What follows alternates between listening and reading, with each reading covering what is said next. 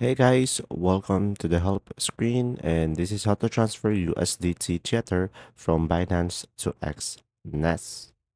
So first thing that you need to do is log into your Exness account and copy your address to your USDT address. After that, you will log in into your Binance, and once you are in your Binance account, you are going to see portfolio on the bottom right corner of the screen.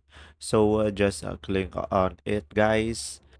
And after that, you have to click a deposit. And from here, first thing that you will do is search for USDT. You just tap on the Tether US or USDT. And then from here, guys, select the network that you have on the same as Xnex. And after that, guys, you are going to write the amount and the address of Xness. And from there, you will be able to transfer USDT from Binance to Xness.